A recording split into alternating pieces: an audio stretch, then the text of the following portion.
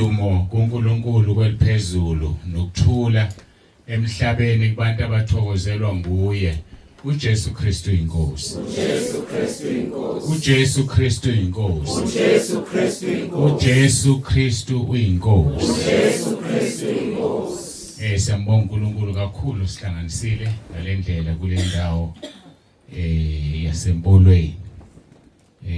Angazi ukuthi qhenya kangakanani kuduma ukuthi sempolweni imishini. Ngazi imishini kuphiki. Asibonanga nokho noma yonke le ndawo imishini kunjani. Hayi kungcono ke. Siyambonga uNkulunkulu kakhulu. Sesibuye kwesibili ke ngonyaka odlule mangaphazanga.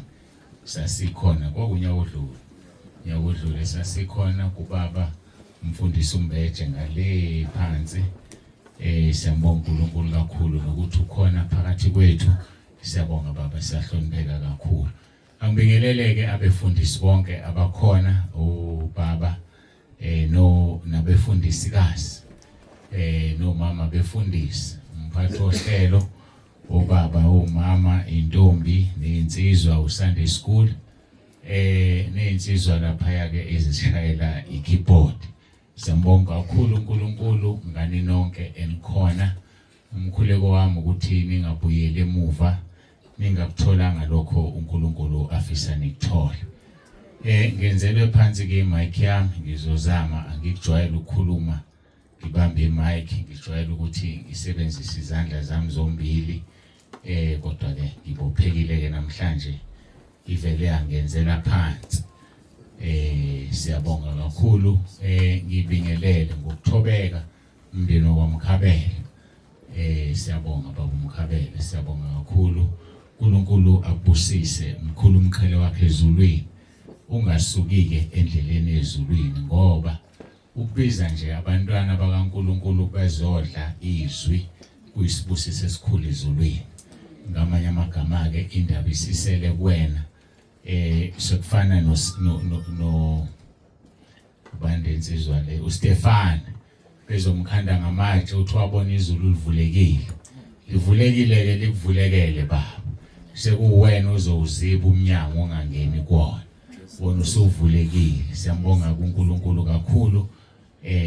Ngicabanga ukuthi ke kufanele abantu bala empolweni bangazi. Ngazi bayangazi noma bekha basempolweni.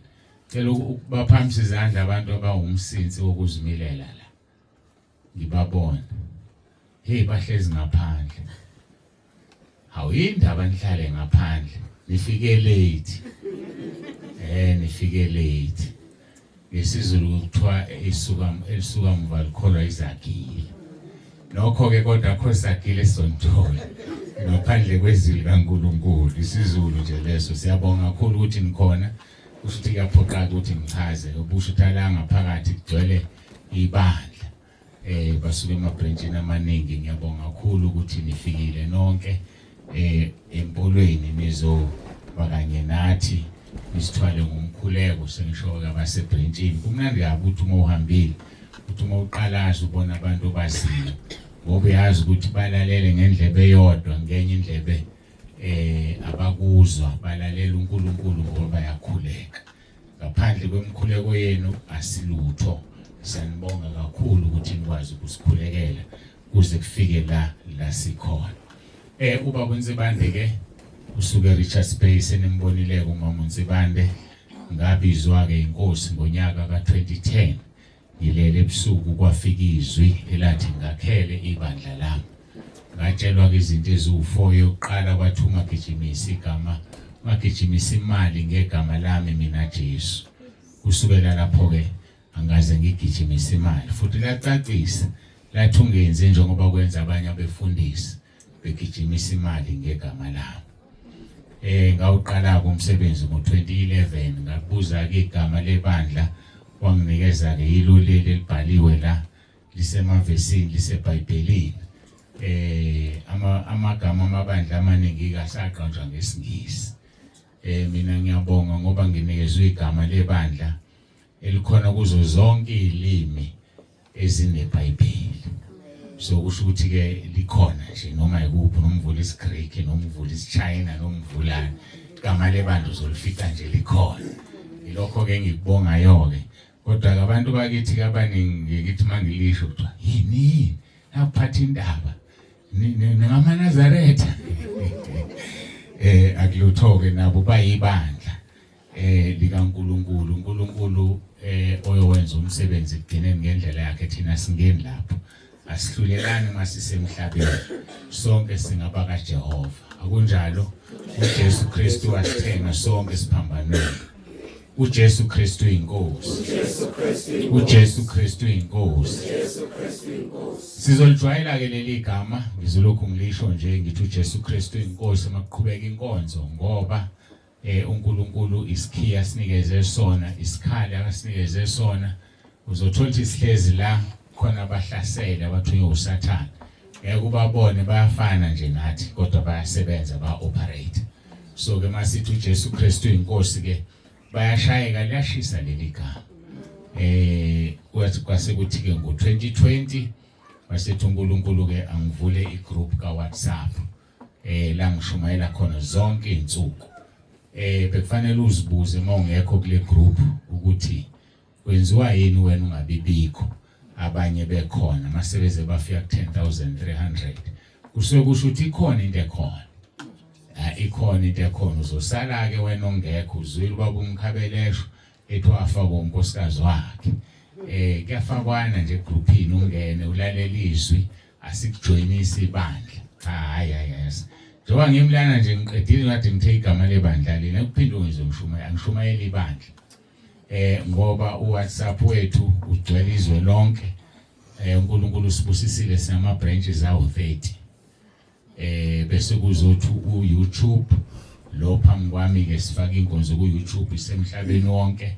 Abantu ba-over 750,000 eminyakeni emibili ku-YouTube usanda ukungena belalela izinkonzo. So-ke uma wena ungekho bengafisa uzibuze i-challenge ukuthi hawu ingasala kanjani, bese kuthi-ke lokhu memile njengoba ula ungabusamdedela uzokutshela ukuthi kungenwa kanjani, bese uyangena ekhaya lezwi, igama le-group, sishumayela izwi zonke iy'nsuku. Njengoba mangiqeda nje la inkonzo ngiyayiposta, abayilindele abantu abangaphezu ka-10,000 bafuna ukuzwa ukuthi bekuthiwane empolweni. Ngamasonto abantu bayilindele bafuna ukuzwa ukuthi bekuthiwane ngaleli sonto. So-ke nawe kuzokusiza ukuthi uma ubuya enkonzweni yakho usuhlezi uzothile usudlile bese uphinde udla ngapha ekhaya lezwi, uNkulunkulu akubusise. Angidine lapho loyo kuba kunsibande njengamanje. Mhlawumbe okuzolandela okuzokwethusa siyaguqa, sibandla eliguqayo, kade siguqile nje sikhuleka, sesizokhuleka siguqe. Siyaguqa-ke kusukela ngo-2023, sineminyaka emibili nje, ngoba inkosi yayingibuzile yathi uma ufunda eBhayibhelini uJesu njalo mayithandaza wayiguqa. Nina njengoba ningaguqi ngcono yini kunendodana yami na? Kwaba umbuzo onzima-ke. Base nginika izwi-ke Mahubo 95 verse 6 and 7 uthi wozani masikhuleke sikhothame siguqe phambi kaJehova umenzi wethu, ngokuba yena unguNkulunkulu wethu, thina singabantu bedlelo lakhe nezimvu zesandla sakhe. So-ke uma umuntu wedlelo lakhe nemvu yesandla sakhe uyoguqa, kodwa akekho uphoqiwe. Hayi, uma ungathanda ukuguqa ungayeka nje. Baye bakhale ngamadolo-ke abanye, bakhale ngamadolo, bathi sebathi amadolo anjani awasavumi. Yina abantu engakutshela bona abanele baguqa behlonipha uNkulunkulu kuphela amadolo kwabuhlungu. Sala-ke wena ubamba wakhe amadolo, bayoguqa basaba uNkulunkulu abese yabaphilisa. Ayike angidlule ngiye enkonzweni, sizocula bese-ke siya ezweni lenkosi uma sesikhulekile. Mawushe umsebenzi yonke imihla ngisela angishumayele zona ezenkulu khona kuthi mangiqeda sengilizwa igama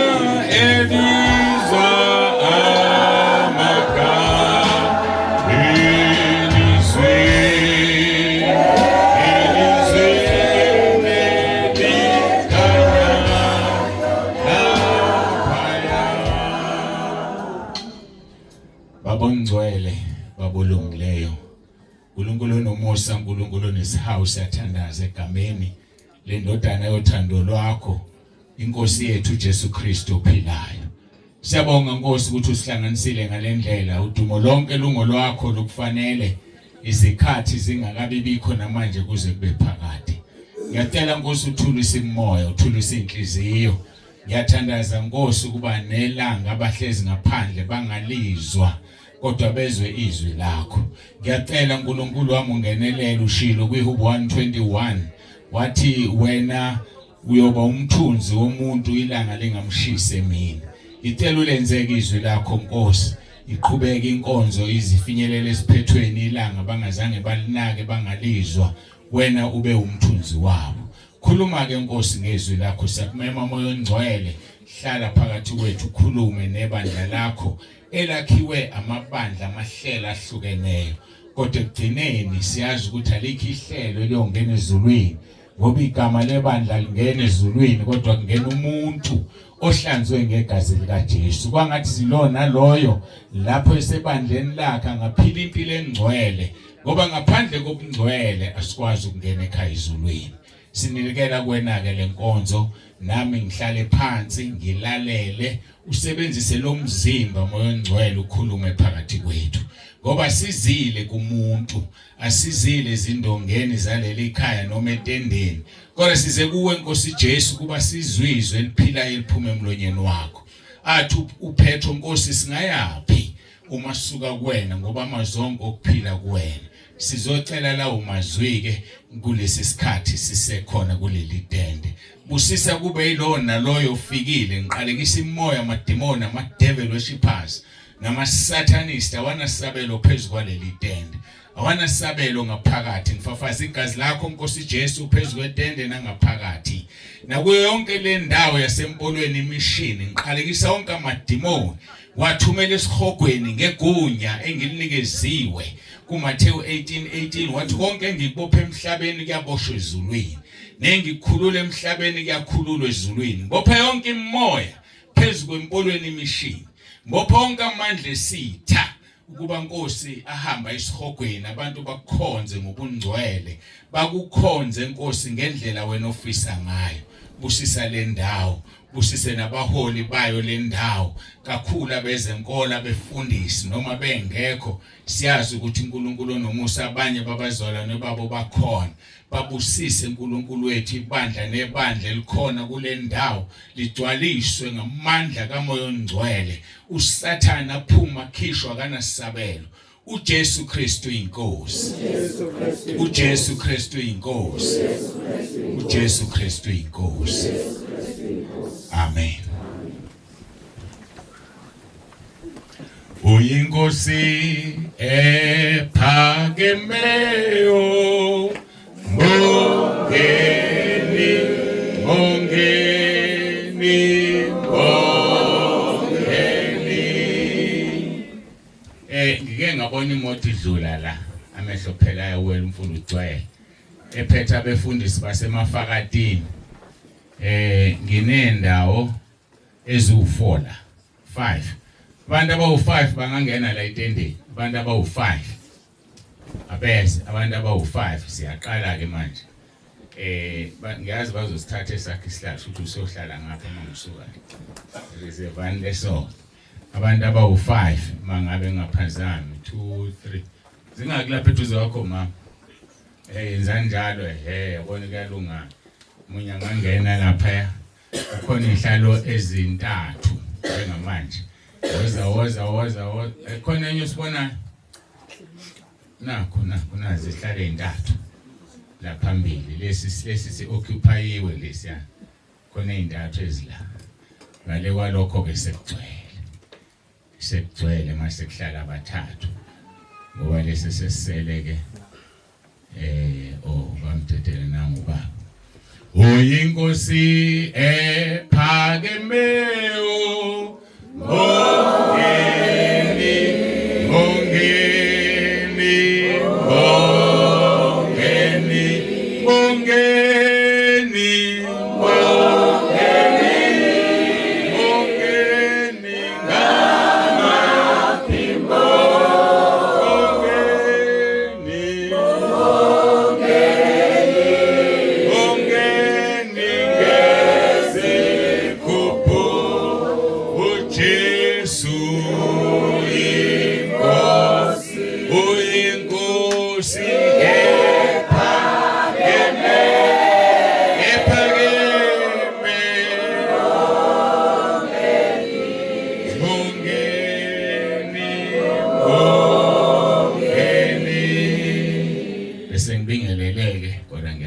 nginoma ngiyezwa ukuthi mangisho ngithi bingelela bonke abefundisi abakhona ngokuyikhundla zabo kunobaba uNgubane besilokhu simbiza ngiyakholwa ukuthi usekhona ukuba asibingelele egameni lefraternal yendawo kodwa kuyacaca ukuthi sesomnikeza emva kwenkwesu ngoba sesesathandaza sacela umoya ongcwele aqala umsebenzi angisakwazi ukusuka la sizovula izwi lenkosi esilitholayo ngahubo 98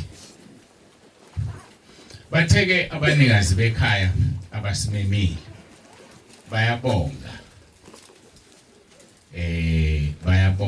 babonga ukuthola ivangeli oPaula ke uma uMnzibanda ukuthi akujwayelekile abantu bahlale bebonga izinto eziphathekayo kodwa laba bazobonga ukuthi bathole leli ivangeli uthi leli ivangeli enjani ke namangazi kodwa ke kunjalo nje banginika inkinga ke yokuthola izwi elirelevant kufanele ngithandaze ngoba sijwayele ukuthatha umuntu ngiyabonga ukuthi sengikhulisile ngiyabonga ukuthi sinabazali kulula lo so abantu abathi babonga ivangeli kufanele ukuthandaza uNkulunkulu akunika izwi elihambisana nalokho ngoba phela bacelile ibona basibizile so kufanele ke thina masiya kuNkulunkulu sicela izwi asinikeze izwi elivumelana nelihambisana nesimo mahubo 98 sofunda ngoverse 2 kuphela uverse 2 kuphela sesithandazileke ufundeka kanje uJehova wazisile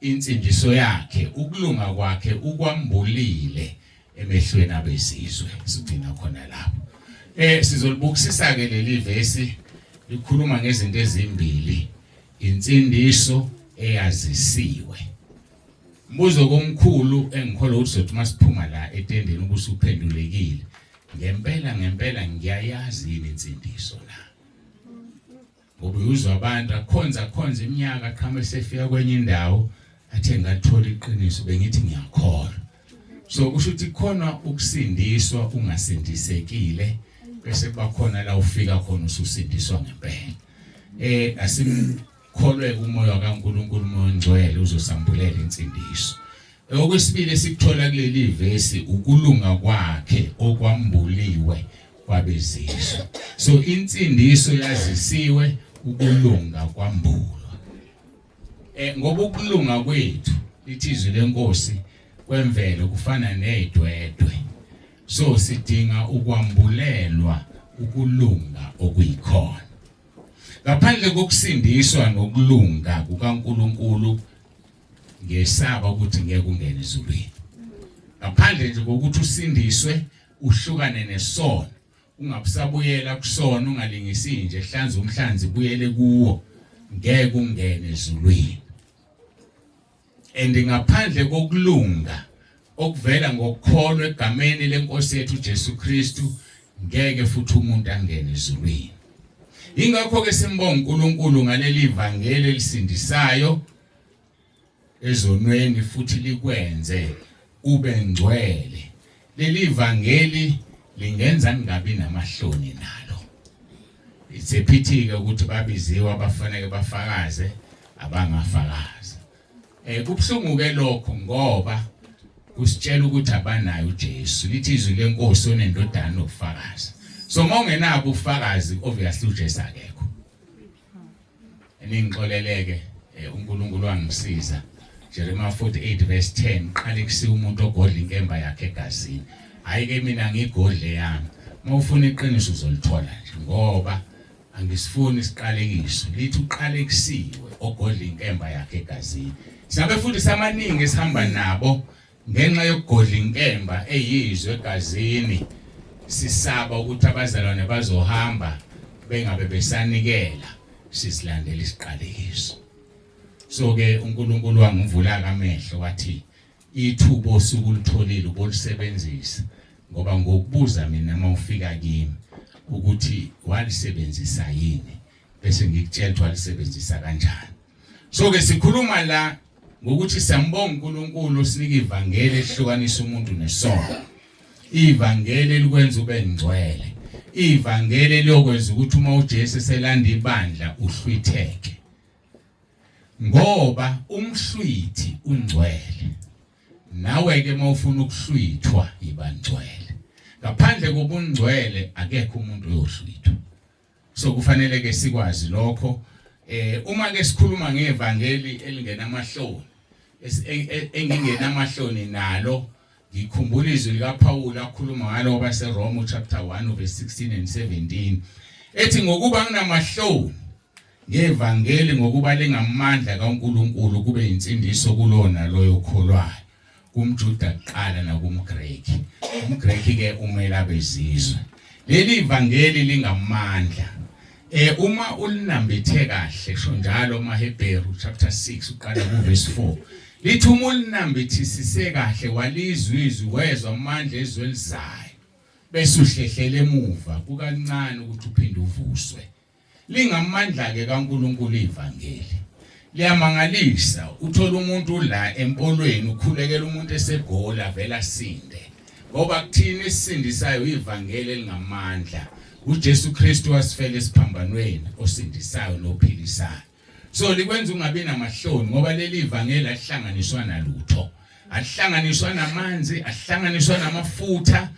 Lithi izwi lenkosi siyobeka izandla kwabagulayo basinde. Ngoba sikhonza uPopayi kaNkulunkulu uyadlula ezwini lakhe. Ngeke usuke la uyobeka umuntu izandla eGoli. Ukhulekula awenza umsebenzi ngoba ivangeli lingamandla kaNkulunkulu. Angikwazi kuba namahloni ngevangeli engilinikezile. Athi verse 17 ngokuba ukulunga kaNkulunkulu kwambulwa kulo uvele ekukholweni kuyise ekukholweni njoba kulotshiwe ukuthi olungileyo uzophila ngokukholwa. So ukulunga kaNkulunkulu kuyambulwa njengoba sifundile lapha ku verse 2 waMahubo 98 uJehova wazisila insindiso yakhe ukulunga kwakhe ukwambulile emehlweni abezizwe. Ngiyoba ngishiloke ngikholwa ukuthi sothi siqeda la kube kwambuliwe ukulunga kube nawe uzibona ukuthi hayi ngiright phambi kaNkulunkulu mayibuyelanda ibandla ngiyahamba. Angikho right phambi kaNkulunkulu mayizolanda ibandla kulingisa indoda eyakhalayo ikhala kuPaul noSila ujele wayegada ijele uthi madoda bazalwane ngingenze njani ukuba ngisindiswe na bathi kholwa inkosi uJesu khona uzosindiswa. Sihamba ngokukholwa sihambe ngokubona. AbaseRoma 10 verse 9 likubeka kucace lithi unguvuma ngomlomo wakho ngoba insindiso ayikude nawe iseduze ngendlela emangalisayo la emlonyeni. Mawuvuma nje ngomlomo wakho ukuthi uJesu Kristu uyinkosi ukholwa enhlizweni yakho ukuthi uNkulunkulu wamvusa kwabafileyo uyasindiswa. Athi verse 10 mawuvume ngomlomo uyasindiswa ukholwa ngenhliziyo kube ngukulunga. Yilokhu ukulunga kokwambulwayo kwabezizwe. Ngoba ithina bezizwe sasingena uNkulunkulu, ithina bezizwe sasingabantu nje. Uma ekhuluma ngathi uJohane uMbhaphatisi lapho ku chapter 3 kaMateyu etshela abaFarisi begijima befuna ukubhaphathizwa bengavumeli izono. Angazi ke nawe wabhaphathisa uzivumile yini? Uthi ke uJohane uMbhaphatisi inzalo yezinyoka Ubani onibonisile ukuthi nibalekela ulaka likaNkulunkulu oluzayo na? Ngoba ukubhabhadiswa kuukubalekela ulaka. Kodwa mawulubalekele ngendlela e-shortcut izono zingavunyiwe usukudlalile nje. Hayi usukudlala. Futhi mawubhabhadiswe umfundisi ongazivumile izono, umzali wakho uyakuzala. Sengikhulume nabantu abaningi abazalwane, uthi uphuma embhabhadisweni ebese worse. Esezidla fork and knife izono, ayithi ufusefuze uyise lo sembhabhadisile. So it's very important ukuhamba ngezwi. John chapter 7 verse 38 lithi okholwa njengokusho kombhalo eswini sakhe kogobhoza imfula yamanzi aphilayo. So masikholweni ke njengokusho kombhalo ukuze gobhoze amanzi okuphila. Lithi ku verse 39 wayikhuluma ngomoya ongcwele ababezomamukela. Moya ongcwele kuleli verse uqhamuke njengamanzi. La wakhuluma ngawo uJesu ekhuluma nowesifazana waseSamaria. Uthi uJesu ngiphuzise. Uthi lona yini uceleke amanzi ngiwumSamaria wena ungumJuda na? Uthi uJesu kububuwazi. Yona inkinga esinayo ukungazi. Athi Hosea chapter 4 verse 6 abantu bayabhubha ngenxa yokuswela ulwazi. Uthi uJesu kubube wazi ukuthi ubani ocela kuwamanzi ngawucele kuyena. Inkinga yalamanzi awuwaphuzi unezinto. Uthi manje wesifazane nginike inkosi ngiphuze, uthi hamba ubize indoda yakho. Uthi anginandoda, uthi uqinisile usuka namadoda ayisihlanu nale ohlezi nayo kusiyona yakho. Sikhonza uJesu wambula izinto, sikhonza uJesu wambula izono kumuntu. Ngoba izono ziyavunywa. Inkonzo esithele kakhulu befundisa abafuna ukuvumisa izono.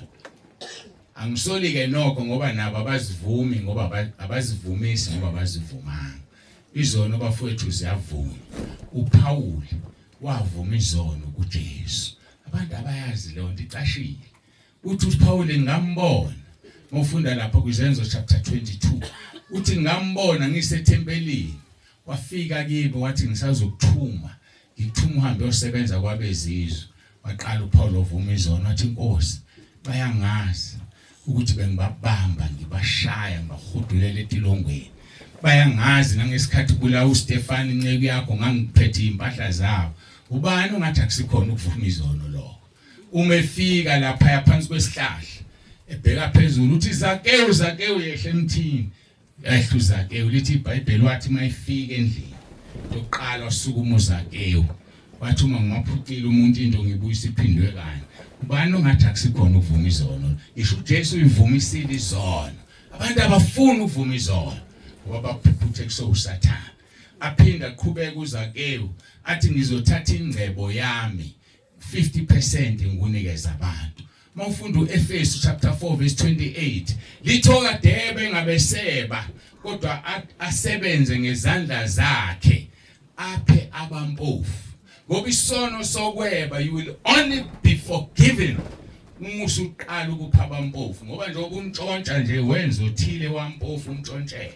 So awusamazi ukuthi uphi sebenza ngezandla zakho yeke uzozivuma isono kodwa sibiza ukuthi uwe uphe abampofu. Uzake wayibamba imfihlakalo uthini kuJesu uthi ngizopha abampofu ingxenye yefa lami.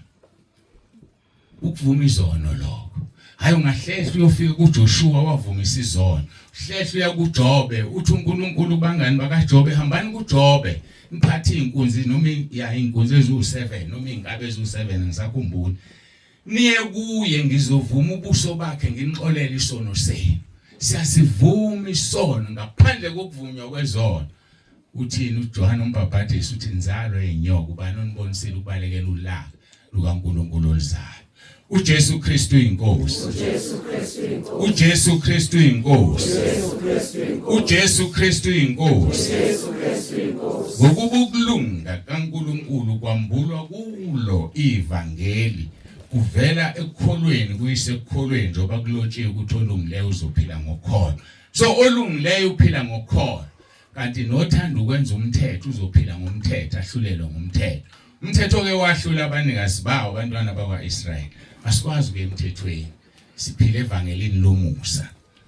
Sengishilo ukuthi abaseRoma 10 bayicacisa le ndaba ukuthi umuvuma ngomlomo wakho uyasindiswa. Vuma nje ukuthi uJesu Kristu uyinkosi. Njengoba sisho nje la sithi uJesu Kristu uyinkosi.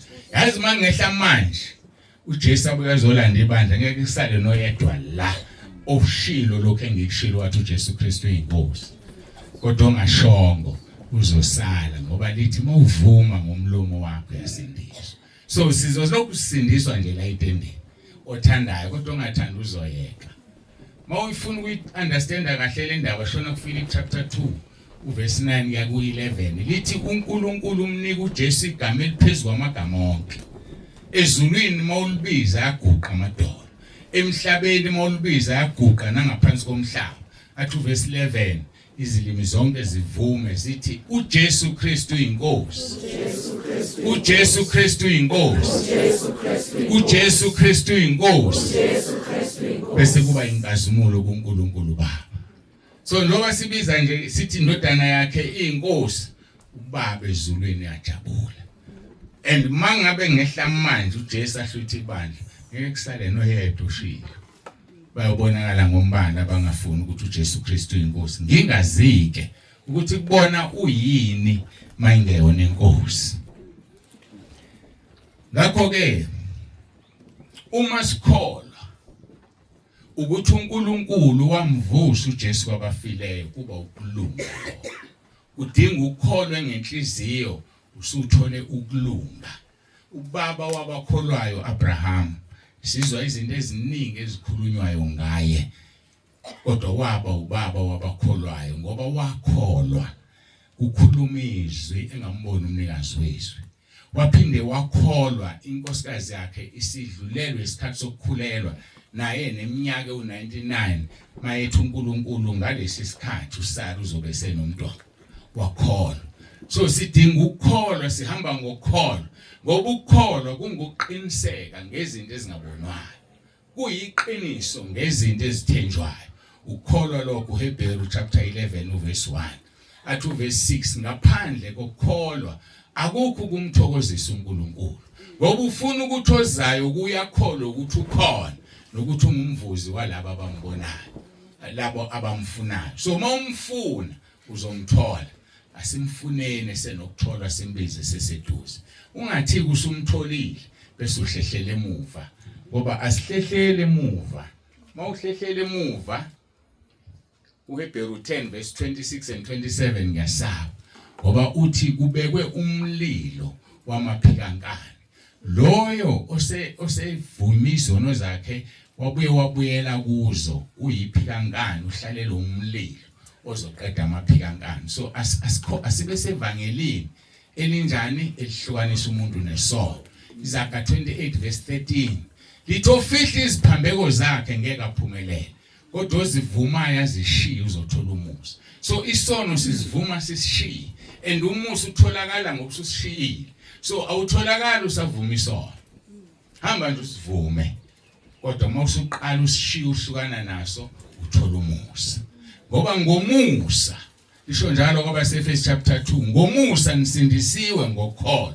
So ngiyithi ke arithmetic yokusindiswa leyo. Malithi ngomusa nisindisiwe ngokukholwa. So mina njengomuntu emhlabeni ngiza nani nokukholwa. uNkulunkulu kwenzela ifavor kwenzela umusa. So favor plus faith is equal to salvation. So ngeke ibe khona insindiso ungakholwa. uJesu uma sizokubeka kuzwakale kabi akakaze aphilise umuntu emhlabeni. Akakaze aphilise umuntu ngoba ngaso sonke isikhathi mayiphilisa umuntu wayethi ukukholwa kwakho ukusindisile. So yena ngakwenzela umusa mawungakholwa wena ngeke usinde. Namhlanje kusasebenza leyo nto. Siyabakhulekela abantu singabefundisa basindi ngoba bakholwa. Kodwa mhla umuntu wakholwa uyasinda. So akekho umuntu osindisa umuntu uyisindisa yena. So inkinga zakho uzozikhipha wena njengoba wazifaka wena. So kufanele uphinde uzikhiphe wena ngokukholwa nje. Hayi into enkulu ukukholwa uthi uJesu uma ukukholwa ngangaba ngangenhlamvu yesinaphi ungasho entabeni ithi ayizumbuke yophonseka olwandle ihambe yophonseka olwandle. uJesu Kristu inkosi. uJesu Kristu inkosi. uJesu Kristu inkosi. uJesu Kristu inkosi. uJesu Kristu inkosi. uJesu Kristu inkosi. Amahubo 25 verse 3 lithi okholwayo akasoza ajabiswe. So ukukholwa kunamandla esimangaliso. Mawukholwa ngeke ujabhiswe. Makubo 25:3 lithi yebo akayukujabha noyedwa kwabakulindelayo. Bayakujabha abaphambuka ngeze. Ukuphambuka ngeze. Yazi ukuthi leyo nto siyithatha kancane athi umuntu eyazi ngenza iphutha. Ngenza ukuthi nokuthi bengaqondile iphutha. Kodwa uzobhubhiswa ukuphambuka ngeze. So akungabiki izinto ezisiphambulayo endleleni kaNkulunkulu. Base Korinte oqala chapter 10:13 lithi kanye nokulingwa unenzela indlela yokuphepha nize nibe namandla okuthwala. So akukho ukuphambuka ngeze ekholweni. Ngoba kanye nokulingwa kubekwe indlela yokuphepha. So wena all you need to do mawuhlangana nesilingo thana Nkosi izophuma kanjani la uzokunikeza indlela usimple ngendlela enjalo. Ngakho ke kanye nokulingwa kunendlela yokuphepha. Ngakhumbula indawo yembongolo eplaza elithize eyiphonseke emgodini. Mayiphonseke emgodini lembongolo le ibone omunye wezisebenza ahamba ayotshela umlungu weplaza. Umlungu weplaza afika ayibone izokhishwa kanjani imbongolo lapha la ikhona. Athinta abanye kuxoxo kuthiwa hayi lembongolo ngcono besiyiqibe sibulala. Hlanhla leyo ukuthi abafuna nguyidubula bathi ayisoyiqiba lembongolo sibulala. Bayiqiba ke bagqiba balanda abantu kwagqitshwa mabethi bayalunguza imbongolo isila isiseduze. Hawu isiseduze kwenzakalani? Ake nithele mabethela ihlala emhlanje inhlabathi imbongolo iyazisheka ithi inhlabathi yawo uyayiphakamisa. Ngoba bokudonsela bokubekela uV sebekucuphile bethi awusibani bangeke adabule lapha kubekela umeqe esangweni uthi mawufika eduze kwesango kuvele kuvuka ingoma ucula uphuma uyequmeqo sebengamawinda bongokhelwane befuna ukubona uphenduka izinto ezakhiwe ukuthi zibe ugobo lizokushaya kube izona ezikusondeza ezulwini. Yaphuma kanjalo imbongolo basebebona baqhubeka nokuthela inhlabathi yaphuma imbongolo. Imbongolo yona ikubonanga kukubi ukuthelwa ngenhlabathi. Yakusebenzisa kwaba kuhle. Besinezwike la besinengozi zabafundisi kuleli sonto isihloko sithi kwabamthandayo uNkulunkulu konke kusebenzelana kube ngokuhle. So ngisho sebekwenzela izinto ezimbi bekuthuka.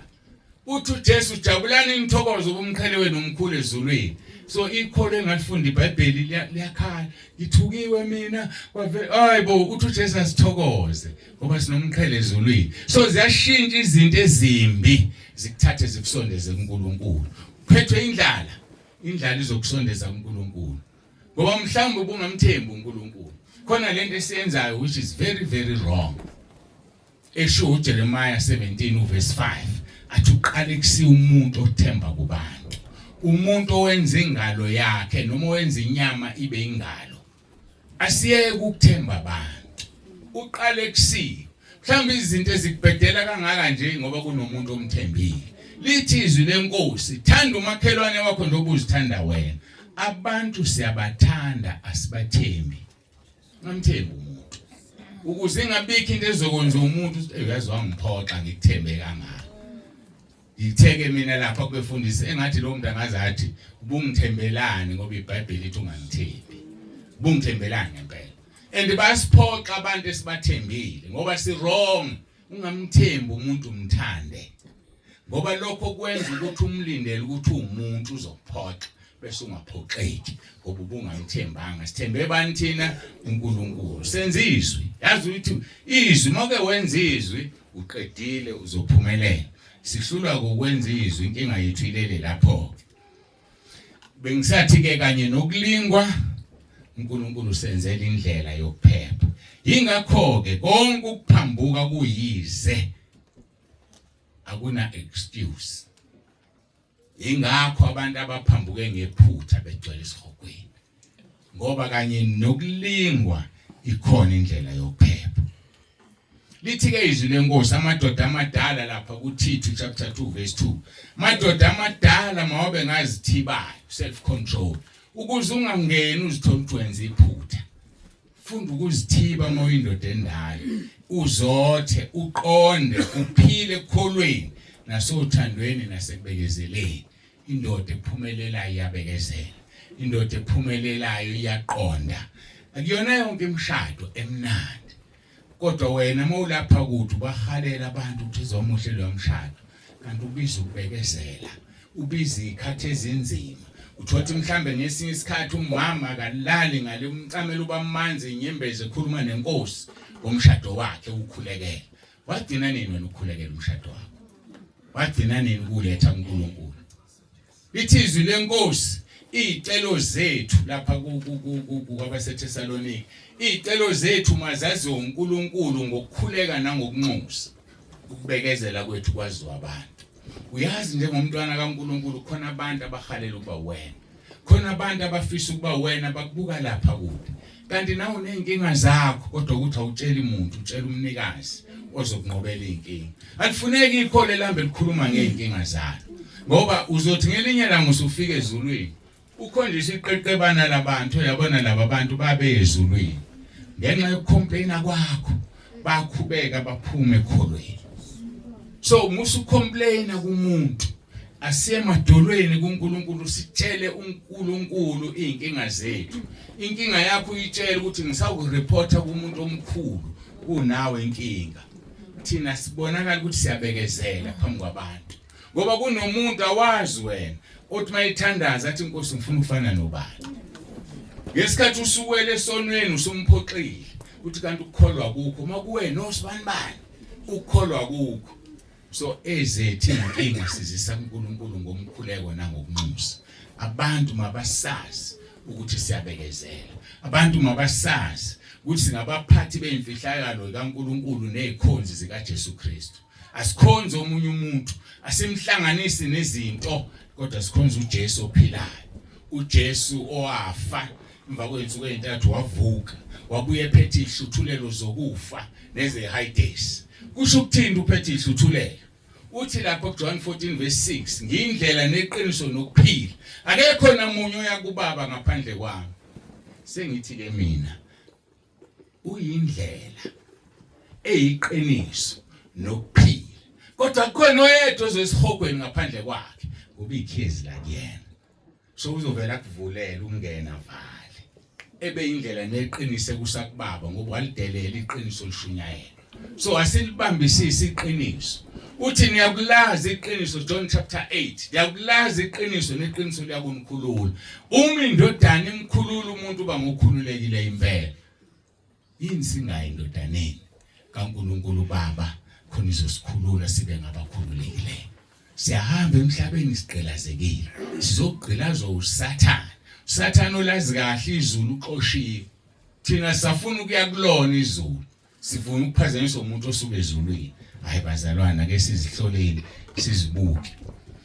Ngakho ke kuthiwa amadoda amadala mawabe ngazithibayo, azothi le yaqondile yaphilile ekholweni nasothandweni nasebekezeleni. Ingakho kaMahubo 25:3 ethi konke ukuphambuka uyize, ngoba sinikeziwe amandla okunqoba ilingo.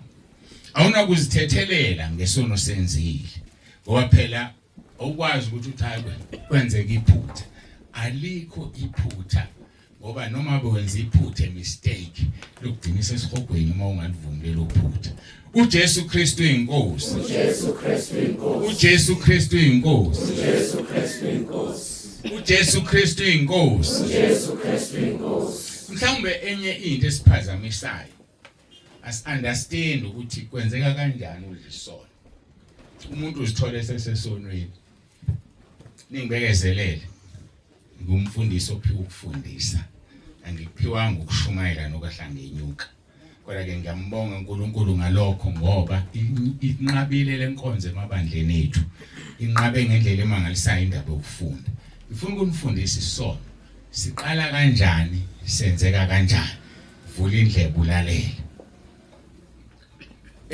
Uma ufunda incwadi kaJakobe chapter 1:13 and 15, lithi umuntu oyengwayo makangasho ukuthi ngiyengwa uNkulunkulu, ngokuba uNkulunkulu angeyengwe ngokubi, naye uqobo akayengi umuntu.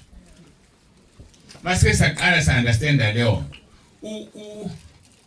uAbraham uNkulunkulu wayengamyengi mayethi hamba uyonikela indodana yakho lithi iBhayibheli wayemvivinya. Ukhona umahluko phakathi kokuvivinya nokuyenga. Bantu abaningi imile imshado namhlanje obaba bayenga besezinsizwe intombi zayengeka iphaphamisa iphakathi angisekho kuye emuva kodwa lensizwa le yangiyenga ngoba siyabayenga kodwa uNkulunkulu akayengi umuntu lisho njalo iBhayibheli uyavivinya. Lithi ke uvesi okay ngiphinde verse 13 umuntu oyengwayo makangasho ukuthi ngiyengwa nguNkulunkulu ngokuba uNkulunkulu angeyengwe ngokubi naye uqoba kayimuntu. Verse 14 kepha yilona loyo uyengwa ehungwa ngezakhe izinkanuko. So umuntu ngene esonweni ngenxa yakhe. Akekho umuntu okuphoqa kufaka esonweni noma ngabe isiphi. Kwabesilisa ungathola umuntu wesifazane enqune engagqokile. Usicasha ukuthi ngamthole engagqokile. Hayi ayikho into ongayikhuluma ukuthi cha ingoba engananga uJoseph wayesebanjiwe bebobabili endlini. Futhi kwakunengcebo ngale. Ngoba kwakulula ukuthi uJoseph ayenze lento efuna yilo mama ifike indoda abayibulale abese ayihlalele emnothweni. Kodwa ngoba wayethembekile akazange enze lutho wakhetha ukubaleka kwasala ibhantshi lakhe khona. Akudinanga lapho kwamsetilongweni waboshwa kanti ukube wayengeka lapho wayezothola umnotho walendoda eyayinduna enkulu kaFaro. Kanti uNkulunkulu umbekela ukuthi abe unumber 2 kwi-Egypt yonke. So yazi ukuthi isilingo esikuvelelayo khona okuhle ngale kwaso sinqobe. Ngoba ungasinqoba unqotshwa uyalahlekelwa izinto uNkulunkulu akubekele zona. So ke lithi kepha ilona loyo uyengwe ehuhwa ngezakhe izinkanuko ehungwa bese uyilalela ke process yokuwa esoneni. Verse 15 uma inkanuko isithathile ibeletha isono nesono sesiphelelisiwe sizala ukufa. Leli verse laba likhuni kimi kaze ngaya kwelesingisi then I understood it. Izozama silincane. Uma inkanuko isithathile ibeletha isono nesono sesiphelelisiwe sizala ukufa. Ngingakake esingisini. Angithi athi ngiqalazi ayazikho ingane. Ngikhuluma nabantu abadala. Angithi kuyethiwe umama othize usethatha isisu. Anelazi lo ziyazi lo language. Yiyo ke lekhuluma la. Kuthiwa uma inkanuko isithathile ibeletha isono. So uma inkanuko isithathile yakhulelwa it gives birth to sin. Uthi ngekuleli lesingisi in New King James Version, but each one is tempted when he is drawn away by his own desires. So ulingwa ngobudonso ama desires akho and enticed. Basically then when desire has conceived, ngithi umuntu wesifazane uyaconceive. So uma inkanuko isithathile when desire has conceived it gives birth to sin. Izala isono ngoba isuke isikhulelwe bese izala isono. And when sin is full grown, and sin when it is full grown brings forth death. So isono mase sikhule ngokwanele siletha ukufa. That's the process of sinning. So wena yilwa nani nenkanuko ungakafiki la uzokwenza isono khona. Ngoma ke yaphatha inkanuko isizibele usuzobeletha isono. Isono mase sikhule ngokwanele sizala ukufa. Yikho inkokhelo yesono ingukufa. So simple yabona ukuthi yikho ethi uNkulunkulu kanye nokulingwa khona indlela yokuphepha. So wena yilwa nesilingo. And indlela elula yokulwa nesilingo ilesi sivumo esisinikwe uNkulunkulu esikaPhilip chapter 2 verse 11. Okusizame umzalwane ohlushwa inkanuko. Ithi mayithi yafika uthi uJesu Kristu inkosi kuvele ukuthi dam. Ubona intombi obiyintombi vele bawudade wena. Ngoba usuthe uJesu Kristu inkosi. Mawufunda uMathewu 18 verse 20 lithi izwi lenkosi uma babili noma bathathu behlangene egameni lami ngikhona. So immediately inkani ukuyisondela uthi uJesu Kristu inkosi usubiza uJesu isiyabaleka. So simple. Asikho isono ongawela ngikhuluma lesi ngoba sikuphi sisemzimbeni sisenyameni. It's very difficult ukulwa lento kanti kulula kabi mawusuwazi. Mamthathe kancane lo Jesu Kristu inkosi esikhuluma ngayo. Ungamthathi kancane. Befundisi bami ngam experience uma ukhipha idemon ukholela umuntu onedemon uthi ngegama lika Jesu Kristu waseNazaretha liyaphuma kodwa lisheshi liphuma. Wokushintsheke usuzwe lento. Uthi uJesu Kristu inkosi phezulu kwalomzimba ikhululeka manje umuntu phuma umoya uhambe ngoba liyashisa leli gama linikwa amandla ezulwini. Kuthi masiliphatha la emhlabeni guqa abantu ezulwini. Siliphathe la emhlabeni guqa abantu emhlabeni. Siliphatha la guqa abantu esihogweni. Esihogweni kamademon. So igama leli lifihlakele mawulifunda lapha seFilipi libhalwe ngama capital letters. Okungukuthi igama elihlukile. Capital letters lonke. So ke nizothola isikhaliki. Njoba ngihloku ngiphatha ngilikhuluma ngilwa nemimoya ongabe isivakashele la. Uzothola abazalwane sebelele. Balaliswe yini idemon. So masithi sonke uJesu Kristu inkosi liyasha lelo demon. Noma ngabe bekune devil oshiphe la uzoyibona isukuma ithi la iphume ngathi cha. Kanti uyasho uhamba impela futhi ayikancane. Uhamba nje kakhulu. So ke iyasebenza lento thina senze njengokusho kwethu. Ukuprova lento le. uJehova wathini kuKhayini ukuprova le ndlela yesona bengichaze ebhalwe eBhayibhelini. Uthi uJehova kuKhayini uthi ukutheleleni na ubuso bakho bunye kumaleleni na. Verse 7 angithi uma wenza kahle uyamukeleka na uma ungenzi kahle belelisisa isono sihlezi ngasemnyango ukunxanela kwaso kukuwe. So nje lento ebeyisho ukuthi uma inkanuko isithathile it conceives when the last is conceived ithwala ini isono. So ke la uyamkhuza uNkulunkulu uKhayini uthi ukutheleleni unyukumaleleni na ngoba uma wenza kahle uyamukeleka kodwa uma ungenzi kahle isono sihleze emnyango. What does that mean ukuthi isono sihleze emnyango? Isono siyaphila. Ngeke ngibone abanye abangikholwa mangisho njalo. Isono sidaliwe njengathi. Isono siyaphila. Ngeke uthathe isaka lempuphu libeke lapha emnyango bese uthi lihlezi. Libekiwe alihlezi. Umethi uNkulunkulu isono sihlezi kusho ukuthi sinezinqa sihlezi ukunxanela kwaso kukuwe. Abesethi kodwa wena umele ukusibusa. Simele ukusibusa isono. Ngoba akekho ozokwenza isisondo angeke ngalinganisa. Akekho umuntu wesilisa opozophoqa ukubona umuntu wesifazane enquna bese ngalala naye ngoba ngangisazothini inkosi yami phela wayengaqokile. Hayibo akazange akubambe. So isono ukunxanela kwaso kukuwe yilwa naleli inqano wena. Uthi uJesu Kristu inkosi. Ususinqobile sesiphelile njalo. Sathane uyigwala ongazange uzulibona. So ke uthi uNkulunkulu angithi uma wenza kahle uyamukeleka na uma ungenzi kahle isono sihleze eminyango. So ngaso sonke isikhathi yazi ukuthi isono sihlezi ngaphandle eminyango komzimba wakho silinde wena ngoba ukunxanela kwaso kukuwe noma ngabe yisiphi. Ake ngikhulume nganansi enye into mhlawumbe ongayinaka ejwayelekile. Amandla esono umthetho. Kanjani? Ake sithi ufikile lapha ekhaya kwaNzibane. Usuhlezi bese sithi nomama sisahamba. Sisayidolobheni siyabuya. Mhlawumbe sikuvulela iTV lapho. Yazi usobuya ungazange unyakaze. Ungazange mhlawumbe unganyakaza ngoba uyochitha amanzi. Kodwa sobuya uhlalele nje uyibukela iTV. Kodwa mase sokushaya umthetho sithi sicela uhlale la siyabuya. Ungavuli la efridge. Ungavuli sothi siphuma uthi yilento esefridge. Yani senze njani sikushaya umthetho. Amandla esono ngumthetho. So isono sifuna umthetho bese siyasebenza. Mawungekho umthetho isono asinamandla asinalutho. So wena nqoba lo mthetho okokhona. Okubhlunguka abazalwane bashayela imithetho. Le mithetho ebehlulayo ezoba sesihogweni. Angithi thina nabefundisi bethu sithi inkonzo ingena ngo9 noma sithi ingena ngo10. Mose ufika late isono uNkulunkulu yakwazi lokho.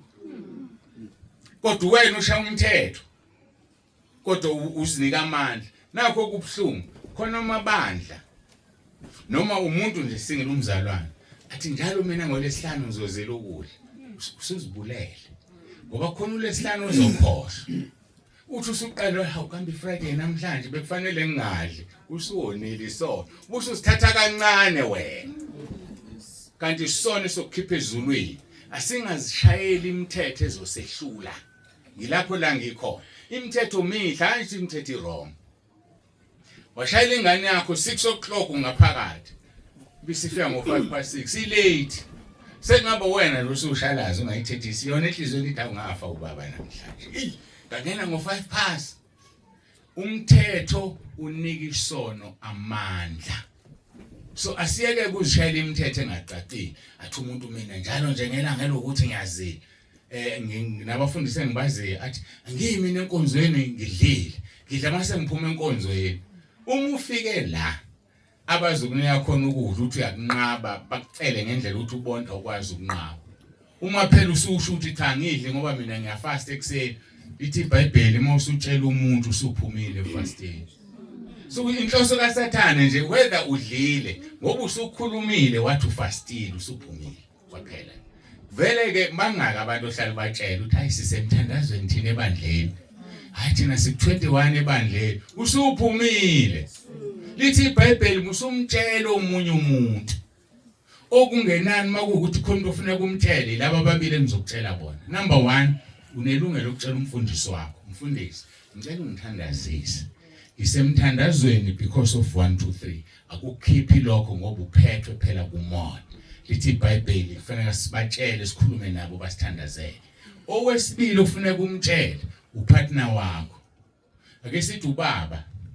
usemthandazweni usuthatha lento engishilo afika umama kwenzela ukudla hayi ngiyabonga mina usuqale nini ubonga ukudla isekabani aphinde emini ukulethela ukudla uyabonga kurong mtshela unkosikazi yakho lithi izwi nenyamanye akukhiphi kwifasting ukutshela inkosikazi yakho nenkosikazi mhlambe nomndeni ohlalayo nidle nonke uyokubuza baba awusadle ngani kwenze njani ususho sekulate wakwaleni akusole athi oh ufastele mina ngiyahlupha mina la ekhaya kujike kube intembi kanti kube uqale kahle wathi hey baba kunezinto engifuna ukuyikhulekela uNkulunkulu kusukela ngedate ethile angizokudla mangabe usumfundisile useya understand ukuthi nenkonzo yekamela injani izozilwa but nanti iphutha angilungisa uma sengize ngafika bazongixolela makhona abangashadile ngithatha ukuthi ngibadala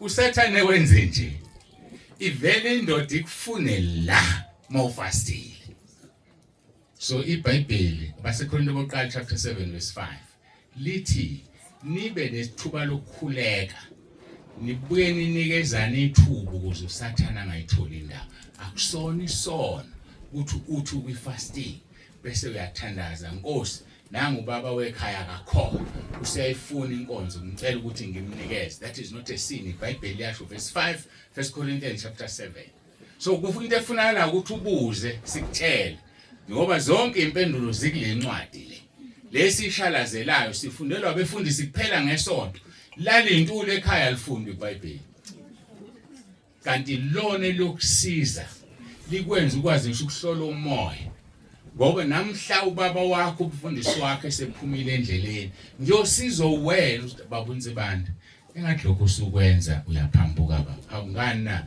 ukuphe ezweni awuyazwa ngisiza ayikho lento ezweni phela ekugcineni kwakho konke sifuna ezulwini sonke angithi so ngiyayidinga imkhuleko yenu ningikhulekise ukuba ngikone ngoba mina ngiyanikhulekela every day ngiyanikhulekela umsebenzi wami athi uPaul ningumqhele wami so ngingayeka kanjani ukukhulekela umqhele wami ezulwini engothi mangifika ningilandela kuthi awunsibanda usebenzile yayibona lonto nani ke ngikhulekeleni ngoba uma ningangikhulekeli noma ningamkhulekela umfundisi wenu uzomshaya uSathane bese nesihogweni nonke ngoba nizubona ukuthi useshayekile ngoba iBhayibheli anilifundi iBhayibheli izovele likutshela ithi yabo lento asenza umfundisi irong usuzama indlela wena hayi ngokumhlukumeza hayi ngokumehla ngenhla thola appointment futhi ungamhlebi komunye umzalwane. Omunye umzalwane akakaboni ngathi uyabona ke lokho sendihleba umfundisi uvikelwe Isaiah 54 verse 17 asikho isikhali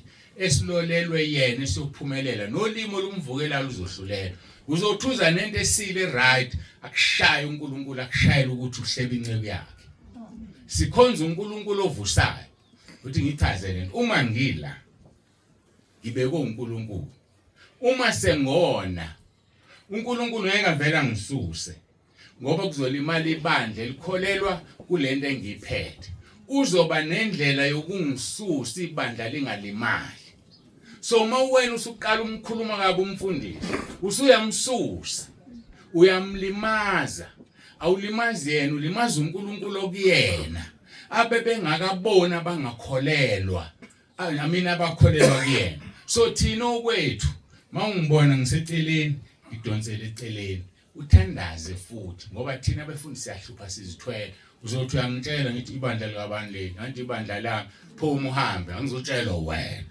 njani ke awuthandazanga la usiyabona iwe ngempela le ndoda ayisafune yalo zami so nginikeza amathiphu kodwa umfundisi mhloniphe ungamhlebi noma ngabe kuthiwe uone kangaka ngisho kuthuzwe kuthiwa udlwengulile badlwengula phela singalifihli iqiniso kodwa yiba nendlela kumhlonipha ungathi fika ngesonto senamdelela nje senamdelela naye usenyameni mina ke ngiyifaka i-challenge ebandleni kwenzeka kanjani umfundisi adlwengule kunebandla bekufanele limkhulekele nilaleleni ningamkhulekeli naye umuntu usenyameni bafowethu sibambaneni sonke sezulwini akekho ngcono kunomunye siyadingana as brothers and sisters sidingana kuphi emadolweni so sidinga ukukhulekelana angidluleke ngiqede lento yami izosidina ngasapheli uJesu Kristu inkosi uJesu Kristu inkosi senizwile indaba ukuthi umuntu wona kanjani angithi senayazi manje wena okwakho ulwa nenqano ulwa nenkanuko ulwa nento ethi yenza ukuthi ulwe nayo enye into kedida abantu kufanele uwazi mawusuwonile wazi umungonanga uSathane uyathanda ukwenza ube umuntu owonile ungonile yayizwa lonto le uzithola usuwonile kanti awonanga imcaba ngiwu2 funda ukuyihlukanisa khona la kucabanga khona wena khona la kukhuluma khona uSathane esebenzisa umcabango wakho so akuwena owonile ngaleso sikhathi ngokunjalo noNkulunkulu kunezinto ocabanga ukuthi uyicabange wena kanti uNkulunkulu bekhuluma nawe ekuthuma leyo so udinga ukuthi uhlale ungcwele ukwazi ukuhlukanisa ngoba uma ungahlukanisi uzophambanisa izinto ngelinye ilanga kwakunemvula sisasenendle encane ngenasilingi line enkonzweni kakhulu lana kakhulu sengizoshumayela sithe mase sithandaza sengizosukuma ngiyoshumayela ngase ngiyathandaza athi Nkosi ngiyacela ulivale leli zulu walivala ngesikhathi sika Elisha ngicela ulivale kwanezwe lithi thandaza phambi kwabantu ukuze babone amandla ami usuthandaza la uguqile sukumume nithandaza thema liqeda lelo lathi elinye makungasenzeki ke uyothi so ngama amagama umfundisi emile la ekhuluma usempini uyakhuluma uNkulunkulu ngapha kwa right uyakhuluma uSathane ngapha kwa left uthi ekhuluma la bekufanele ahluzele into ezikhulunywa kuyena ngiyikhuluma le noma ngiyikhulumile iphuma kubani wadlula ngasukuma ngathi ngicela sithandazeni sonke sivale ngimemeza kungezwakali sivalele imvula umfana wesando wayengekho ngoba wayefika ngamasonto esebenza ayisaguqa sakhuleka sathi masithi amen ngime pulpit lathula lathi du thema lithula lithi nya lathi thandazani nibonge laselithi elinye mase nibongile ibisiyabuya imvula engakaqedi ukushumayela uSathane ngiyakutshela nginivulela ipage engalazi ninengami la bayalaza befundisi bafuna ngishukwanise same time ngathi asiguqeni isithandazo sibonga uNkulunkulu ngakashumayela saguqa sathandaza sambonga suka lapho hayi ngashumayela ngaqeda ngakhohlwa ufuna ngideliver abazalwane mase bengeke singene emotweni mangithi umanzi phansi awukambe belina ngithandazanga ngicela uNkulunkulu ayibuyise aliphindanga lana ngaze ngifike ekhaya ngayithandazela sengingedwa ngiyayitela imvula ukuthi ibuye yabuye siwenikeziwe la mali lento enapha eBhayibhelini ifuna thina sibe ngcwele ukuthi uEliya wavala imvula 3 years nathi singakwenza kufuneka ifaith kuphela yonke efunakala ngase ngilivalile nabo ngikhumbule sengiphandle afike ekhaya ngathandaza Nkosi sayidinga imvula ngiyacela ibuye ngiyabonga ukuthi ungihloniphile ngingelutho walivala izulu sekuphi sathane lapho akasekho hayi akasekho lapho so ke ngaso sonke isikhathi endiyazi ukuthi mawuthandaza uSathane uyawuphendula umkhuleko wakho uyena uphuthuma qala ukuna ngoba ngesathi ukhuleka wena uthandaza ulalele uGalatshana ulalela nomoya ongcwele ufuna umoya ongcwele ke vele ukuwena ukhuleka ngaye kodwa uSathane ulalela mhlamba ngisho le ndaba nginganibholisha ngendaba eziningi bese ngihlala phansi sengikhulume kakhulu le ndaba le ngifike komunye umfundisi ngizombona nje kuhle abesethi bawonse bande ngicela ungithandazele ngifuna umsebenzi isimo sisihle la ekhaya sasho unkosikazi usehlala nabazukulu hayi ngithandaza mangingaphazami kwakuyiMonday noma kuyiTuesday ngithandaze ngimbeke izandla funa ngimbeke izandla siqede sihlukana Friday usangifonela bawonse bande usephendulile uNkulunkulu phela sephendulile kanjani hayi sengibiziwe la ngutholile umsebenzi ngagijima ngathi umsebenzi imuni ngoba ngiyazi ukuthi uSathane unjani unemsebenzi yakhe umsebenzi imuni baba na umsebenzi wesecurity ngathi usho ukuthi uNkulunkulu ngathi ngiyawazi umsebenzi wesecurity kusetshenzwa ini ama-shift ngesonto uyasebenza awusakwazi kuyebandleni usho umfundisi ukuthi uNkulunkulu athi ngisho angibange ngisasho ukuthi uSathane ngathi angiyeke ngoba sengibuzile ukuthi usho yini wathi usho umfundisi naye unelungelo lakhe bayithulela wayiqala lento yakhe esecurity ngezwe ngaye sethi manje sengifuna umuntu ozoyisekela ebandleni angisakwazi ebandleni ngasithi mfundisi akhumbula ukubuza ukuthi usho yini ukuthi uNkulunkulu yengoba mina immediately ukuthi security I knew ukuthi akuyena uNkulunkulu ngoba isebenza ama-shift ayaphronyothweke ngoba phela bafethu sidotshiwe bayakuthanda abaphathi bampromote bamnika imoto bayombeka endaweni ekude ayophatha ogada abantu akasakwazi inhlobo ke novele esontweni mfundisi uyabona ukuthi kwaphendula uSathane ngiyabona Nsimbane hayi ngelinye ilanga usekhumbula ibala uxolo usekhumbula ibala wenze njani uthatha imoto uyayeba uye esontweni uzonqamula esiqiwini waqhamuka inyamazana e-right of imoto waphelela umsebenzi okumsebenzi kabani kaSathane yazi ukuthi mawuthandaza ukukhuleka noSathane ulalele uze uyiphendule imikhuleko yakho funda ukuhlukanisa imisebenzi okabani lo msebenzi uvela kuNkulunkulu noma uvela kuSathane so ke kusemqoka ukuhlala ufundiswe izwi liyakukhulisa asingafundelwa abefundisi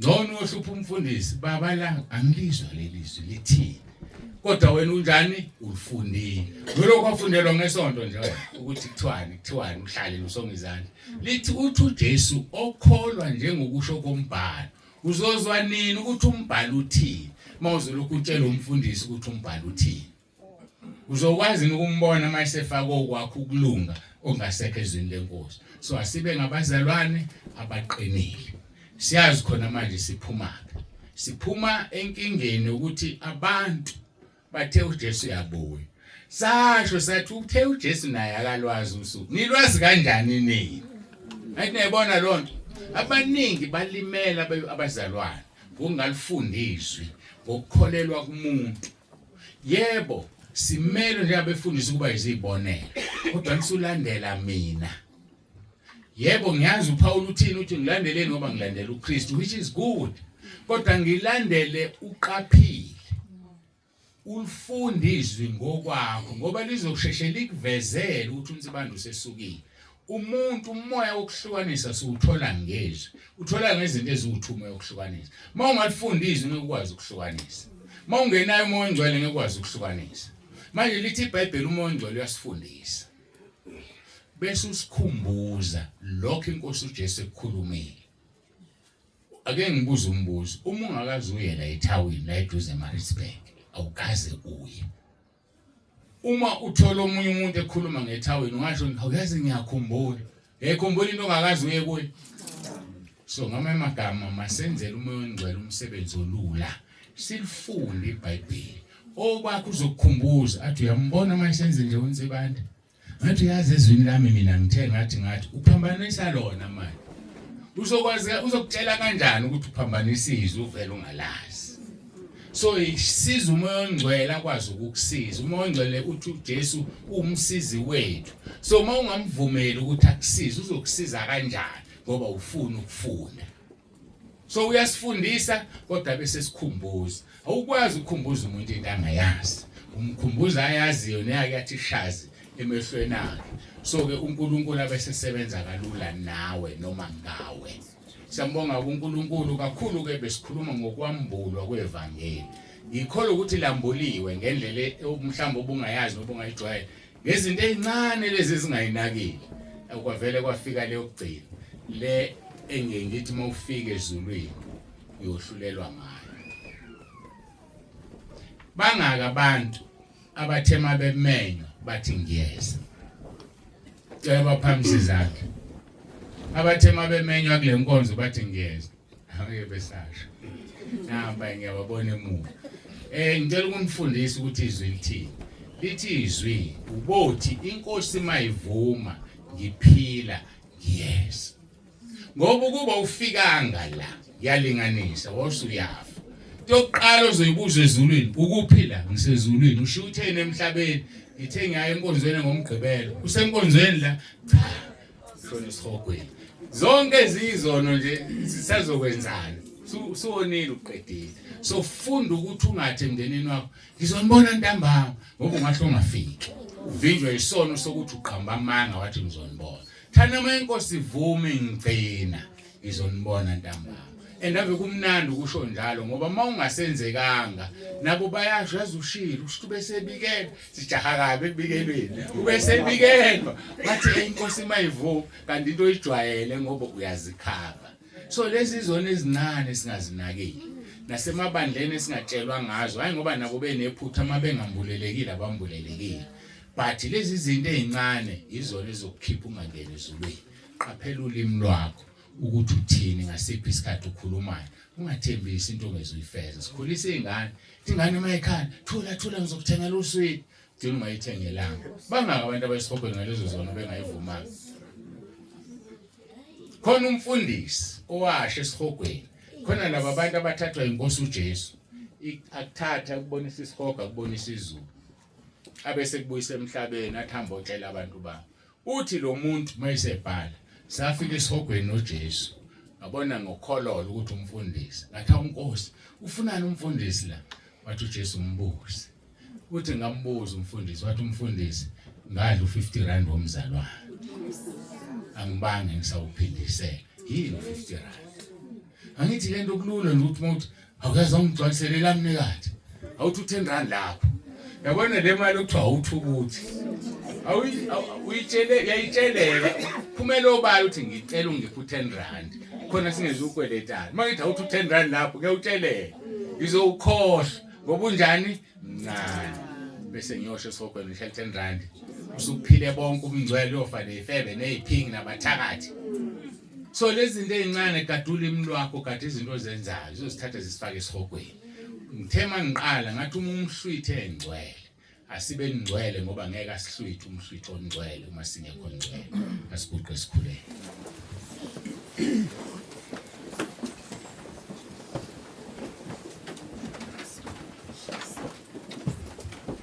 Baba egameni lomfelo wethu uJesu ophilayo siyazithoba phambi kobuso bakho uNkulunkulu wethu siyakubonga ngoba uNkulunkulu olalelayo nophendulayo ngicelile nami ukuthi ngihlale phansi ukukhuluma usebenzise lo mzimba usukhulumile Nkosi siyabonga kwangathi ngaba yilona loyo akubambisisa kuzwile kakhulu ngaphezulu kwakho konke ukufundiswe ngoba izwi liwulizwi ulizwi uNkulunkulu ulizwi wayekhona ezweni ngaphandle kalizwi akuvelanga lutho masinamathele ezweni sikholwa njengokusho kombhalo kunesethembiso ukuthi esiswini sethu kogobhoza imfula amanzi aphilayo.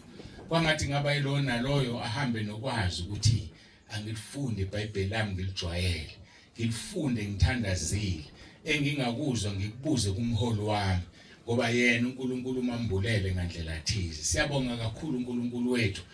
Lenkonzo izwakala ukuthi usifune ezulwini. Awufuni umuntu azilandulele ngosuku lokugcina. Awufuni umuntu alahlwe ngezinto abengazazi. Sesiyolahlwa ngesikwaziyo uma singafuni ukuhlukana nako. Uma singafuni ukuyivuma izono. Udumo lonke Nkosi silinika wena lukufanele lungolwakho izikhathi zingakabibikho namanje kuze bephakade. uJesu Kristu inkosi. uJesu Kristu inkosi. uJesu Kristu inkosi. uJesu Kristu inkosi. uJesu Kristu inkosi. uJesu Kristu inkosi. Amen. Amen.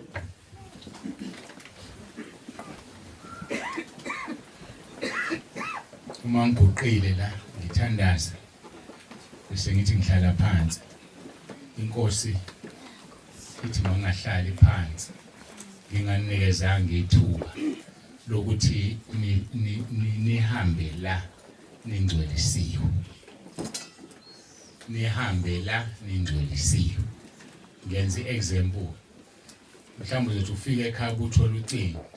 Lo mfundisi akade kumele lapha abasekho sesenkosini. Umbuzo uthi ngingenile yini ezulwini? Ngenxa yobude bendlela bafowethu singcolile. Mangakubuza nje wagcina nini ukugeza umphefumulo wakho? Ugezile ekseni angithi?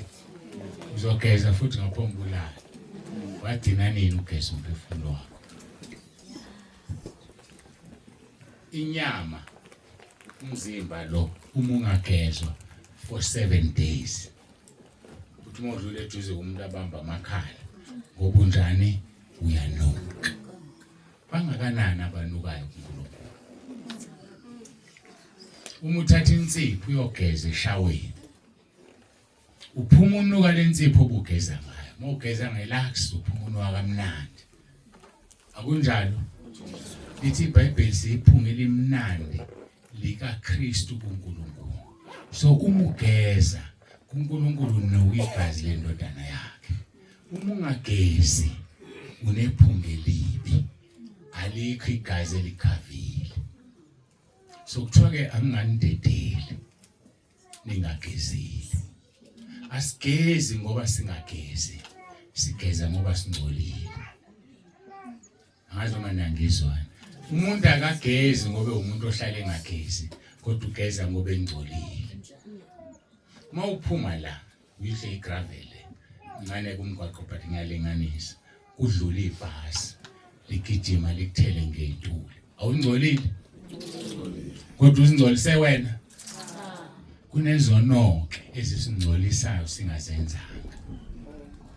Izono ezikungcolisa ungazenzanga. Sikade lezi sizenzayo. Uma ungena eTaxini, uqabana abantu bethuana ngenhlamba bebizana phansi kwegate. Yazi usungcolile. Ngoba uzothi ngisusa ekhaya iGreenhill uthi yazi usuxoxela abanye eTaxini khona abantu abathuana ngenhlamba ezibhlungayo. Ungcolile. Usudlusa ukungcola kwakho kusa kwabanye abantu. Yazi uthi wenza nje obudlulisa nje. Uma ngithatha ingane encane iqeda ukudla, ngigone bese iyaxokoza. Yenze njani? Ingcolisile. So umuntu okhuluma into emhlukumezile usuka etshokoza. Uyamngcolisa lo muntu omtshelayo. Uthi akenzeni? Asiye kuNkulunkulu siyoklinwa. Ngoba sizungena ezulwini singcoliswa amabhasa asithele ngentuli singazange sona. Sinangizwa manje ngithini. So kufanele ke sikhuleke abaseRoma 10. BaseRoma 10 lithi izwi lenkosi. Uma uvuma ngomlomo wakho ukuthi uJesu inkosi, ukholwa enhlizweni yakho ukuthi uNkulunkulu wamvusa kwabafileyo, uyasindiswa. Awusindiswa ngoba ubungasindisiwe. Usindiswa ngoba ungcolile. Awusindiswa ngoba ujoyina ibandla. Ngijona isibandla. Ngizweni yonke ngikhuluma ngaze ngikhulume ngebandla. Mina sengadlule ekukhulumeni ngebandla, ngikhuluma ngebandla. ngifuna ngikhulumela ibandla lasezulwini azothi uJesu mayebuya athathe usibanibani kuleya abantu usibanibani ahlanganise kube ibandla lakhe. So ilokho ngoba igama lebandla lingene ezulwini siyazibambezela ngamagama amabandla. Amagama amabandla afana nezibongo ekuthi inhliziyo kamnandi kanjani kodwa ibongo zenu zinjani azifani. Khona mase kuzwe emabandleni siyabandlululana yile abandla yilo yamfundisi lo yamfundisi umfundisi wami lele abandla abafowethu zohlala kanjani nabezulwini bakhomba ngemini emhlabeni. So ke njengamanje masithandaza abaseRoma 10 awujoyini ibandla kodwa ujoyine lasezulwini uyageza iselelesi sawukhuleka lo mkhuleko sizokhuleka wasethi uJesu namhlanje ngizoba nawe eparadise. Mangibuyela lento engiyishilo ukuthi uma ufika ekhaya ethwele umfundisi loyana usehambile uyokwazi ukuthi hayi ngoba usithandazisa uRoma 10 usekhaya ezulwini. Nami mangitshela ukuthi umzalwane othile ngibona lobehlezi apha egqoka ukuthi abangesafika ekhaya mina ngothi haleluya Nkosi siyabonga. Mhlawumbe ezogcina ewile yebo umndeni kubhlungu kodwa usekhaya ezulwini. Ile nto ke sizoyenza masithandaza uRoma 10 verse 9. Roma 10 verse 9 singeke ngawusho uthi umuvuma ngomlomo wakho ukuthi uJesu inkosi ukholwa enhlizweni yakho ukuthi umuntu wamvusa abafile uyasindiswa. Uverse 10 mase chaza uverse 9 uthi ngokuba umuntu uyavuma ngomlomo kube ukusindiswa ukholwa ngenhliziyo kube ngokulunga. So uRoma 10 verse 9 it's a full complete salvation. Iphelele nje lapho. Bese kuba ukuthi abantu bawu2 emhlabeni. Khona ufanele aphile insindiso khona ukufanele angayiphili. Usidale ngendlela ezingafani uNkulunkulu. Uma udalela ungayiphili ngenza example asumfundisi othile ushumayela esibhedlela. Shumayela qede. Athi ubani ufuna uJesu? Phendula ugogo thizene khona noma umkhulu. Amthandazisa uRoma 10 ahamba. Abuye umfundisi kusasa kuthiwe hayi lo awushanga u12 ebusuku ugodukile. Usezulwini lo muntu. Kodwa mina nawe ngoba siphila insindiso kufuna mase semvumela uJesu bese sivuma izono zethu. Bese siyabhabhadiswa. Mufunda uMarko 16 verse 16 lithi okholwayo abhabhadiswa uzosindiswa kodwa ungakholwa uzolahlwa. Meaning uma ukholwa ungabhabhadisiwe ngeke usindiswe. Yikho uJohn umbhabhadisi wathi inzalo ezinyoka bani untshentshini balekele into ukuthelezayo na. Vezani ithelo zokuphenduka. Uma ubhabhadisa ubalekela into ukuthelezayo. But uma ubhabhadisa ungavumile izono okuyisithelo sokuphenduka uyadlala nje. So ngamagama ke ngithini ngithi sizokhuleka lo mkhuleko. Uma ubekelwe ukuthi uphile insindiso yenza wonke ama steps uNkulunkulu awelindele kuwena. Kodwa bangayinikiwe insindiso yilabo elingezushona namhlanje ubona. Kodwa bazobe besekhaya ngoba manjani sithandazile sonke uRoma 10. So awuthandazo umuntu ongakholwa kuphela. Thandazo noma ubani ongazi ukuthi uzofika nini usuku lokufa. Uyazilungisa, uyazigeza, uyaziklina kuNkulunkulu unikwe igazi, unuke igazi lendodana yakhe kuJesu. Ngakho ngizocela siguqe, siphakamise izandla zethu, sithandaza abaseRoma 10 verse 9. Bese emva lokho ngiyanikhulekela. Labo abathandayo ukuyezulwini. Masiphakamise izandla nisho emva kwami. Nkosi Jesu. Ngiyavuma ngomlomo wami ukuthi uyinkosi. Ngiyakholwa enhlizweni yami ukuthi uNkulunkulu wakuvusa Nkosi Jesu kwabafileyo. Ngiyakhuleka egameni lakho Nkosi Jesu ukuba ungisindise. Usathana ngimfuna. Amadimoni ngiwafuna.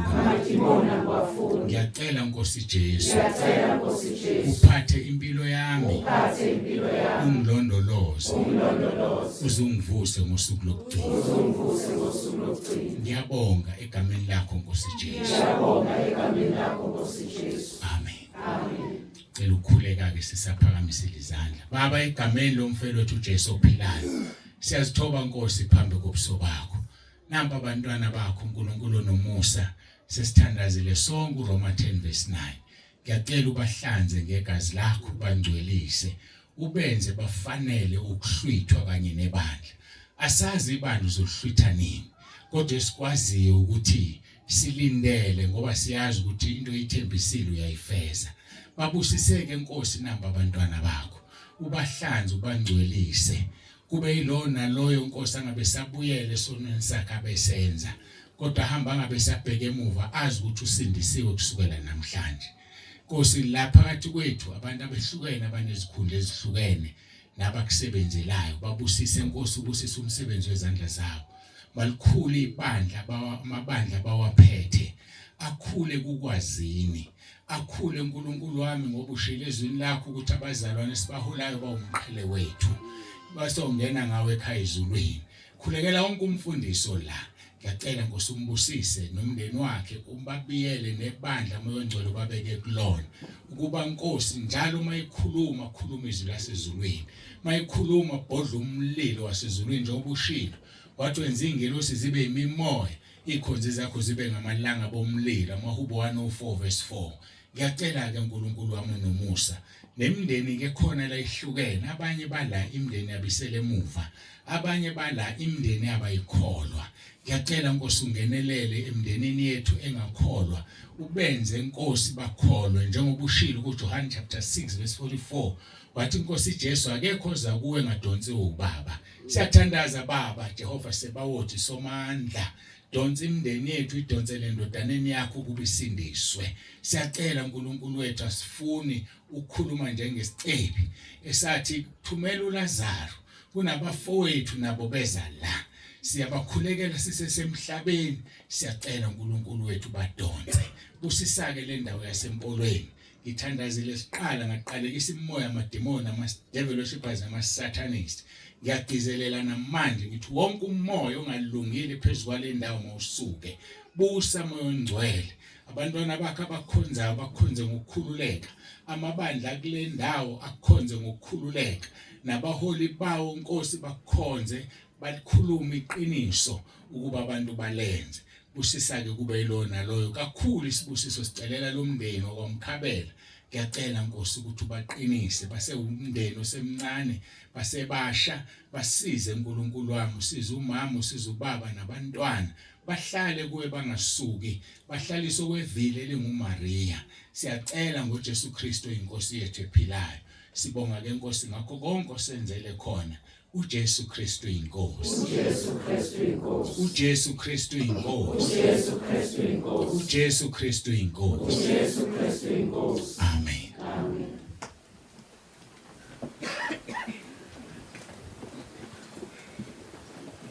Sesifikile ke maphethelweni enkonzo. Sengizobuyisela ke yonke into umphathi wohlelo. Ngiyabonga kakhulu uNkulunkulu anibusise. Ngibonga ukuthi ke nibe ibandla elilalelayo noma iclass waphela besifundo. Ngiyazi uNkulunkulu ngipha ukufundisa beke kuthiwa siyashumayela kanti kuhlukene ukushumayela nokufundisa. Siyambonga uNkulunkulu anibusise nonke anigcine. uJesu Kristu inkosi. uJesu Kristu inkosi.